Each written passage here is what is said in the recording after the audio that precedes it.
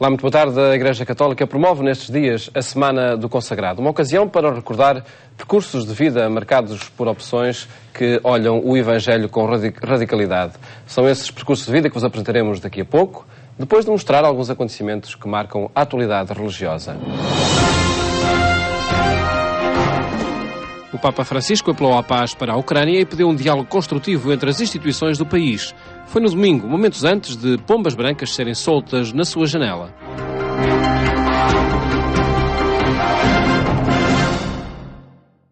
Vai. Pombas brancas, símbolos da paz, foram soltas pelas crianças da Ação Católica da Diocese de Roma, que concluía no Vaticano a sua caravana da paz. O gesto reforçava também o apelo de Francisco para que termine a violência na Ucrânia. Sono vicino con la preghiera all'Ucraina, in particolare a quanti hanno perso la vita in questi giorni e alle loro famiglie. Auspico che si sviluppi un dialogo costruttivo tra le istituzioni e la società civile e evitando ogni ricorso ad azioni violente prevalgano nel cuore di ciascuno lo spirito di pace e la ricerca del bene comune. No dia anterior, o Papa Francisco esteve em São Paulo, fora de muros, onde presidiu a celebração de encerramento do 8º de oração pela unidade dos cristãos. Na ocasião, o Papa afirmou que as divisões entre os crentes ferem o corpo de Cristo e negam o testemunho que dele devem dar. Lembrou ainda que a unidade é algo que se constrói em cada dia. L'unità non verrà come un miracolo alla fine. L'unità viene nel cammino, la fa lo Spirito Santo nel cammino. Se noi non camminiamo insieme, se noi non preghiamo gli uni per gli altri, se noi non lavoriamo insieme in tanta cosa che possiamo fare in questo mondo per il popolo di Dio, l'unità non verrà. Si fa in questo cammino ogni passo e non la facciamo noi, la fa lo Spirito Santo che vede la nostra buona volontà. O Papa Francisco presidiu a oração de vésperas no dia da festa da conversão do apóstolo São Paulo, na Basílica Romana que lhe é dedicada, onde encerrou o 8º de oração pela unidade dos cristãos.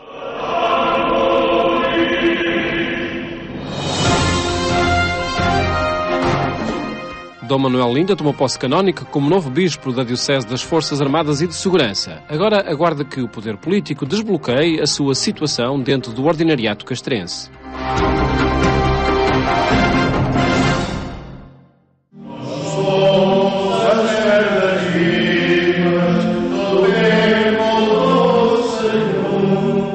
A tomada de posse canónica de Dom Manuel Linda aconteceu durante a reunião geral de capelães militares que decorreu em Fátima, mas o prelado admitiu dificuldades no que diz respeito à definição da sua situação como capelão-chefe no serviço de assistência religiosa das Forças Armadas e das Forças de Segurança. Os militares reclamam a minha entrada, não só os capelães, mas muitos militares católicos, alguns dos quais já conhecia há 30 anos, quando também prestei assistência religiosa no Exército, e outros que fui conhecendo ao longo da vida. Portanto, alguns já estão jubilados, outros estão no ativo, outros fui-os conhecendo agora no Ministério de Bispo Auxiliar de Braga, e de facto interrogam-se, porquê é que o senhor não vai, porquê é que o poder político não desbloqueia a situação? Não sei responder. Estou convencido que haverá boa vontade da parte de todos, concretamente da parte do poder político, porque se não me derem os instrumentos indispensáveis para eu exercer o meu ministério, não o posso exercer. Tão simples quanto isso. Não é? Como é que eu de Braga posso prestar assistência, por hipótese, à GNR de Vila Real de Santo António? O responsável mostra-se convencido de que os responsáveis do Estado estão a trabalhar com empenho para tentar desbloquear qualquer coisa que a lei poderia ter de menos preciso. Dom Manuel Linda, de 57 anos, era bispo auxiliar da Diocese de Braga desde junho de 2009, tendo sido ordenado em setembro do mesmo ano na Catedral Vila Real. Do ponto de vista do direito canónico, a tomada de posse deveria ter acontecido até 2 meses após a nomeação do Papa como ordinário castrense e foi necessário pedir ao Vaticano um adiamento que foi concedido até final de janeiro.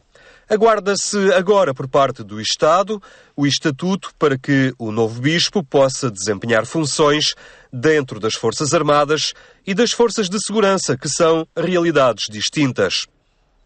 Dom Manuel Linda diz ter como projeto estar junto dos homens e mulheres que servem as Forças Armadas e de Segurança, com base em 4 pilares: formação, acompanhamento espiritual, evangelização e atenção à piedade popular. Podia dizer que são estes os 4 pilares em que, de facto, eu acredito, já como padre, quando trabalhava num seminário, o tempo que levo de bispo auxiliar de Braga, e agora seria como que um possível programa, porque ele não está delineado, para os padres que trabalham no ordinariado castrense. No desempenho da sua missão, o novo responsável da Igreja para o ordinariado castrense quer assegurar proximidade em relação a todos aqueles que dão corpo às Forças Armadas e de Segurança. Consciente da vastidão geográfica por onde se dispersam as unidades e estruturas de defesa, Dom Manuel Linda está determinado em ir ao encontro de cada homem e mulher que assumiu a missão da defesa do Estado.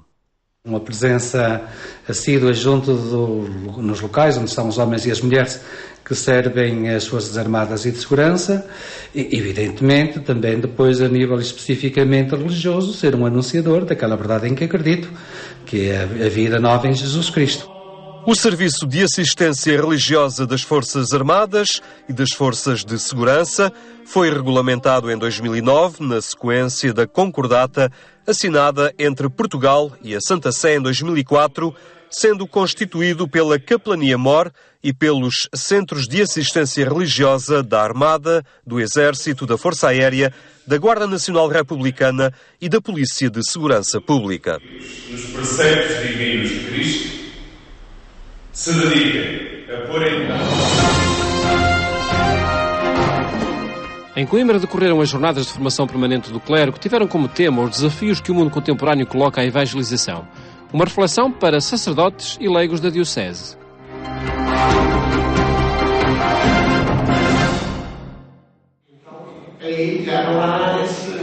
Padres e leigos que dinamizam as comunidades cristãs na Diocese de Coimbra analisaram os desafios que o mundo contemporâneo coloca à evangelização. Foi nas jornadas de formação permanente do clero que colocaram no centro dos debates temas como a cultura, a política ou a economia. Ao longo de 3 dias, diferentes conferencistas trataram questões que estão na ordem do dia e sobre as quais a Igreja precisa de estar informada. Nós temos uma percepção muito genérica e às vezes superficial daquilo que é a sociedade em que estamos, daquilo que são as forças que acabam por conduzir a vida da sociedade na nossa Diocese. Temos a noção, enfim, também genérica de algumas vertentes culturais, etc., mas queremos conhecer em maior profundidade. Numa das conferências, Francisco Sárcil de Cabral falou sobre a política e a economia na atualidade do país e do mundo, lembrando a falta de ética e a pouca preocupação com o outro que atualmente se verifica. Um estudo da Universidade Católica com outro instituto, que foi divulgado aqui há uma semana, que diz que em Portugal, quanto mais ricas são as pessoas e mais instruídas, têm mais instrução, menos solidariedade mostram, menos interesse mostram por ajudar os outros e pelo bem comum, digamos. Isso é uma situação preocupante. A Igreja e a ação diária de sacerdotes e leigos podem ser determinantes para ajudar a reverter estas situações de desinteresse e egoísmo que em nada ajudam o país a sair da crise económica que vive. A Igreja não tem receitas políticas, nem económicas, nem sociais. A doutrina social da Igreja é teologia moral, mas incita as pessoas a procurarem as soluções. Há 2 anos que as jornadas de formação permanente do clero de Coimbra contam também com a presença dos leigos que estejam interessados em participar. Este ano, o número de participantes nestas jornadas de formação cresceu e ultrapassou mesmo o número de padres. Dados que revelam a importância que os leigos têm na Diocese de Coimbra. A sua colaboração e interesse são peça fundamental para uma sintonia pastoral. Significa para nós uma grande esperança na ação dos leigos na Igreja, que estão a empenhar-se muito seriamente na assunção da sua responsabilidade e da sua condição de cristãos e querem trabalhar ativamente e com conhecimento, naturalmente, e com formação, e querem ser parte na discussão das questões que estão em causa dentro do plano pastoral da Diocese, como é, em primeiro lugar, a evangelização. As jornadas de formação permanente do clero, abertas também aos leigos com responsabilidades na paróquia, decorreram no Seminário Maior de Coimbra. Que entendemos que temos de fazer. E quem quiser aliar-se connosco, alia-se. Dom Virgílio Antunes é também responsável pela Comissão Episcopal Vocações e Ministérios. Valorizou nessa qualidade os trabalhos dos religiosos que vivem nestes dias a Semana do Consagrado.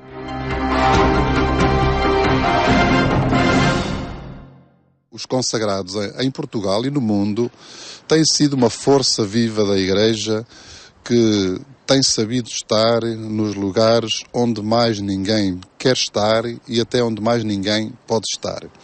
Porque há uma dedicação, há um espírito de serviço, há uma atitude de entrega que faz deles uma força ímpar dentro da Igreja. Não são uma força de poder no sentido habitual, mas são uma força e um poder espiritual e de serviço, que penso são o modelo para muitas outras entidades e instituições, tanto da sociedade como da própria Igreja. Se nós nos deixássemos imbuir por este espírito de dedicação, de serviço, de entrega, como os consagrados, penso que mudaria a Igreja e mudaria a sociedade.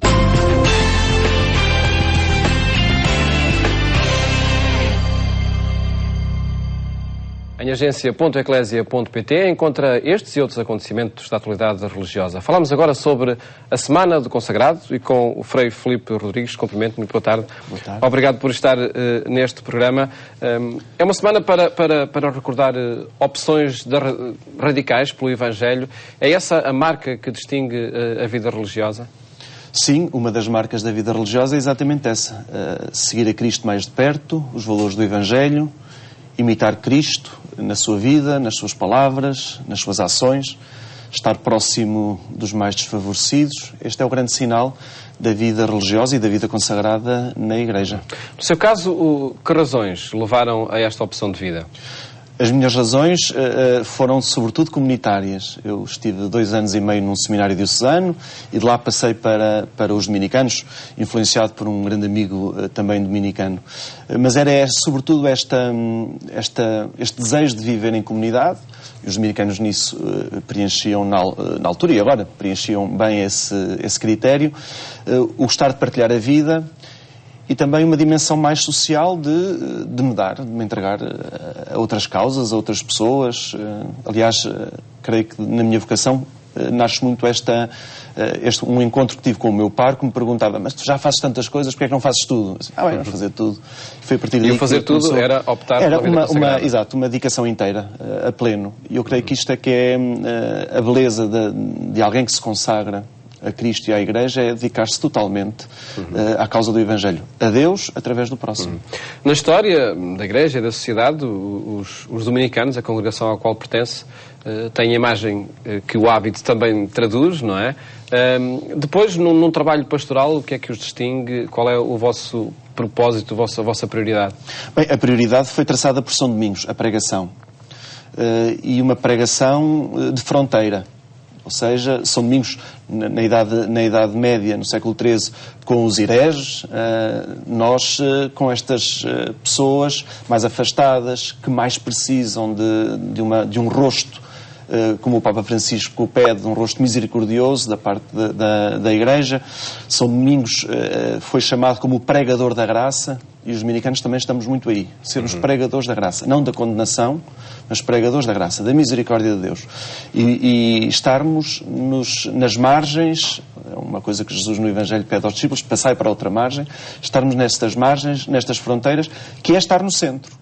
Aliás, creio que o Papa Francisco nisso, e agora há poucos dias que disse que prometeu que para o ano vai dedicar o ano 2015 ao consagrado, creio que é isso, é centrar a Igreja na periferia, que é onde nós temos de estar, que foi onde Jesus esteve. Portanto, é uma consequência lógica do Evangelho. Um trabalho que vai muito ao encontro dos desafios apresentados por este Papa, desafios constantes, precisamente a essas periferias, a estar nessas periferias. Claro, são muitos os modos de pregação, são muitos os mundos da pregação, uma pregação mais de púlpito, diria eu, das celebrações da Eucaristia, outras celebrações, mas há depois também a pregação pela arte, há a pregação nas universidades, há a pregação nos meios de comunicação social. Portanto, cada dominicano é chamado a atualizar na sua vida, também com os seus jeitos e com os seus feitios e com as suas aptidões, de tornar presente o Evangelho de Jesus Cristo. É sempre isto. A pregação é sempre a pregação do Evangelho de Jesus Cristo. E no seu caso, que meios e que contextos é que toma como prioritários para esse anúncio? Bem, como padre, frade, mas também padre, um deles é a celebração da Eucaristia, não é? A pregação dominical, que para mim é muito importante na preparação e depois também no momento da missa, de pregar o Evangelho de Deus, tentando atualizar na nossa vida de cristãos, na nossa caminhada. Depois também tenho alguma atividade junto de colégios, onde tenho esta possibilidade de estar com os mais novos, de lhes também levar a mensagem de Jesus, em coisas muito concretas, do dia-a-dia, no seu meio de estudo. E também tenho um outro que poderia assim destacar, que é junto dos doentes. Trabalho num hospital, numa unidade de doentes paliativos, onde também é preciso levar a misericórdia de Deus, a confiança, o amor, diante de realidades tão difíceis como é o fim de vida de alguém. Na sua opinião, este estilo de vida, o estilo da vida religiosa, a vida consagrada, continua a fazer sentido? Continua a fazer sentido e vai ter que continuar a fazer sentido. E eu creio, mais uma vez, que quando o Papa quer pôr o ano 2015 como o ano do consagrado, é para fazer ver que é necessário na Igreja este estilo de vida, que é diferente de todos os outros. Não é melhor nem pior. Aliás, distingue-se como? Distingue-se por que aspectos? Distingue-se pela doação de si mesmo, distingue-se pela alegria de viver o Evangelho. Portanto, e creio que esta semana do consagrado vai também ter umas jornadas em que se vai falar sobre isso, sobre a alegria do Evangelho, mas a partir do testemunho. Eu creio que aí é o grande desafio para o religioso de hoje, para o consagrado de hoje, é testemunhar com a própria vida aquilo que acredita, a alegria do Evangelho. E com alegria também anunciá-lo. E quando se trata de propor este estilo de vida a um candidato, alguém que se interroga sobre o seu percurso vocacional, que argumentos, que mensagem tenta fazer passar para apresentar este estilo de vida? Eu creio que a melhor propaganda vocacional foi a que Jesus usou com os primeiros discípulos. Vinde e vede. Creio que este é que é o primeiro convite. Vir ver como é que nós vivemos. Agora, há aqui um trabalho também da comunidade, o que é que tem para mostrar? Mas é o vinde e vede. Estar connosco.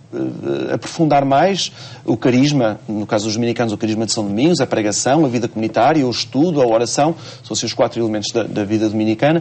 Como é que nós conseguimos passar para eles aquilo que nós vivemos? Vede como é bom os cristãos viverem em unidade, portanto, vivermos num só coração e numa só alma. E depois também integrando-os na missão da Igreja. Porque não é para uma realização pessoal, não é porque eu quero ser feliz assim, mas de fazer feliz os outros, e ao fazer feliz os outros, eu estou a ser feliz. Creio que é muito isso, mas aproximá-los para que façam a experiência como os discípulos de Jesus fizeram a experiência com Jesus. Em todo caso, tomar uma decisão para toda a vida é o que caracteriza a vida consagrada, não é? Na sociedade de hoje é fácil que essa opção se tome, talvez muito marcada por opções momentâneas, por opções para o próprio dia, para o momento. Pois, essa é uma os sociólogos dizem isso, que hoje é uma dificuldade das pessoas se comprometerem em coisas como definitivas. Nada já é definitivo. Os contratos não são definitivos, portanto, nada é definitivo. Há uma dimensão do risco na vida religiosa que tem que estar presente e que se calhar aí é que eu creio que falha um bocado. Porque nós, hoje em dia, quem tira um curso universitário não tem garantia de que vai trabalhar ali, de que vai ter emprego, de que vai correr bem. Em relação à vida religiosa, há este medo de avançar. Eu creio que é esta dimensão do risco que também uma pessoa tem que abrir o coração. Quer dizer, assim como faz um curso na esperança de que vai realizar depois o seu sonho, a sua vocação profissional, creio que na vida religiosa também. Portanto, quando me decido, há esta dimensão do risco, mas há esta vontade de me dedicar totalmente. Pessoalmente, que projetos o realizariam? Projetos está a pensar para o futuro como uma oportunidade de realização pessoal e de cumprimento da vocação que está a seguir? Eu sinto-me plenamente realizado. Não sonha com nenhum projeto que possa concretizar? Não, creio que manter o que tenho e não fazendo uma pastoral da manutenção, que às vezes também caímos nestas rotinas, nesta pastoral da manutenção, mas creio que melhorar os sítios onde estou, ser mais exigente também para comigo próprio e, sobretudo, a conversão pessoal. Eu acho que aí é o projeto de qualquer religioso, é sermos cada vez melhores para que o nosso testemunho seja verdadeiro, seja eficaz e seja atraente para aqueles que contactam connosco. Na semana passada falava com uma religiosa e ela dizia: nós estamos à frente de grupos, estamos à frente de movimentos em que as pessoas se consagram nos movimentos e se nós lhes pedimos para serem consagrados, dizem que não. Portanto, o nosso testemunho também tem que ser muito credível, muito verdadeiro e só para ser feliz. Porque se não for para ser feliz, não vale a pena. Esse é o objetivo de todos os dias. Exatamente. Frei Filipe, muito obrigado pelo testemunho aqui apresentado neste programa e felicidades para a sua vida de consagrado. Obrigado. Muito obrigado. Uma semana de consagrado em que apresentaremos ao longo destes dias testemunhos de quem opta radicalmente pelo Evangelho na vida consagrado. Votos de um bom fim de tarde. Até amanhã, se Deus quiser.